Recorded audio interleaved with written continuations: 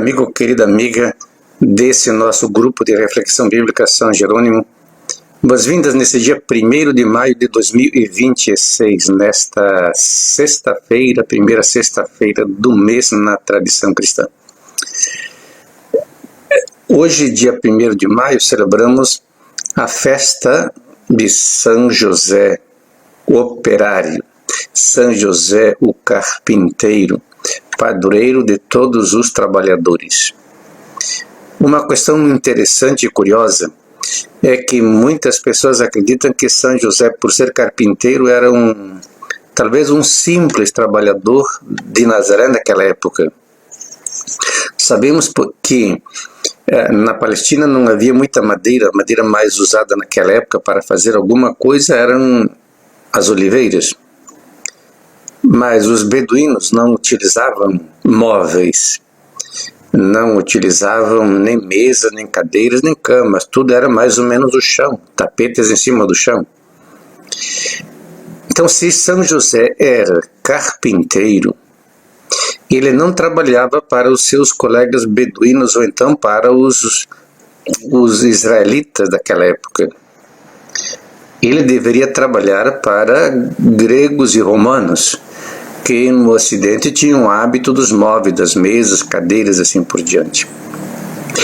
Alguns estudiosos se aventuram a dizer o seguinte, que São José sabia falar o latim, sabia falar o grego, deveria estar mais ou menos enfronhado porque ele negociava com estrangeiros que encomendavam os móveis para ele. Primeira coisa. Segunda coisa, ser carpinteiro na época era uma, diríamos assim, não digo tecnologia de ponta, mas era uma profissão muito nobre. Sabemos que quando Salomão quis construir, 1000 anos antes, claro, o templo e o palácio dele, ele importou o cedro do Líbano e os carpinteiros do Líbano, porque na Palestina não havia essa profissão. Então, nesse contexto, São José não era uma pessoa, um beduíno simples.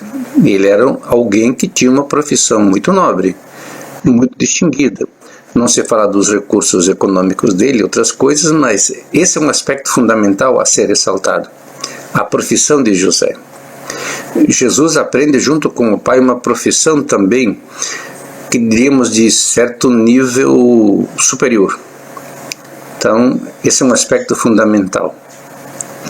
Transportando essa questão, digamos assim, para o dia de hoje, dia do trabalho e dia do trabalhador, nós precisamos aplicar essa realidade, ou seja, que o trabalho seja uma profissão digna e a mesma corresponda a um salário digno. Então, hoje temos dificuldades de salários, dificuldades de profissionais, dificuldade de responsabilidades profissionais, formação de profissionais. Nisso nos iluminamos na primeira leitura de hoje do livro do Gênesis, que é o relato da criação mais tardio, por volta do 4º século a.C., que tem mais ou menos um fundo de sabedoria helenística, que primeiro faz o relato da criação do universo, depois, por fim, a criação do ser humano. A distinção muito bonita desse relato é de que Deus cria o ser humano para dominar a natureza e o universo, não para ser dono, não para expropriar, não para destruir, mas para ser um inquilino, um administrador. O ser humano é administrador. E Deus criou o ser humano, aqui bem na perspectiva helenística, Deus criou o ser humano, homem e mulher, à sua imagem e semelhança. Diferente daquele outro relato judaico, onde Deus cria primeiro o ser humano do sexo masculino, depois cria a mulher e ainda dá um rótulo pejorativo que seria auxiliar. Aqui, nesse relato da criação, homem e mulher participam desse senhorio da criação como inquilinos de uma propriedade que não lhes pertence. O universo pertence a Deus, pertence ao Criador.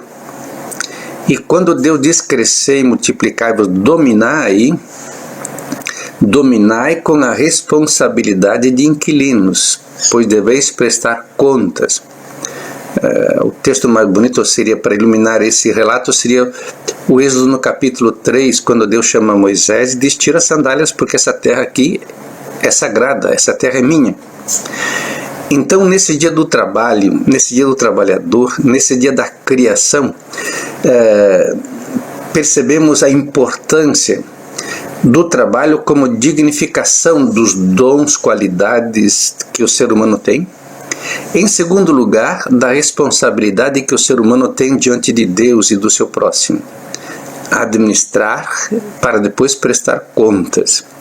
Administrar de forma harmônica, preservando esse aspecto original de um paraíso, de uma ordem, de uma beleza, de uma harmonia cósmica.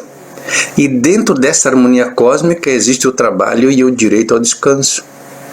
Então é outro limite no qual que não pode ser imposto, digamos assim, que seria a exploração do trabalho escravo, do trabalho do dominador nesse aspecto. Portanto, o direito ao descanso, o direito ao lazer, o direito à celebração da vida. Então, nesse dia nós devemos orar, devemos suplicar pela dignidade dos trabalhadores, pela responsabilidade no trabalho, pela elevação digamos assim, do contexto profissional, a exemplo de José, como grande carpinteiro, e valorizando a profissão, também valorizemos o bem, a beleza, preservemos o bem e a beleza do universo cósmica, num espírito deste ano de 2026, os 800 anos da morte de São Francisco, o santo da ecologia, patrono da ecologia, o santo do milênio passado.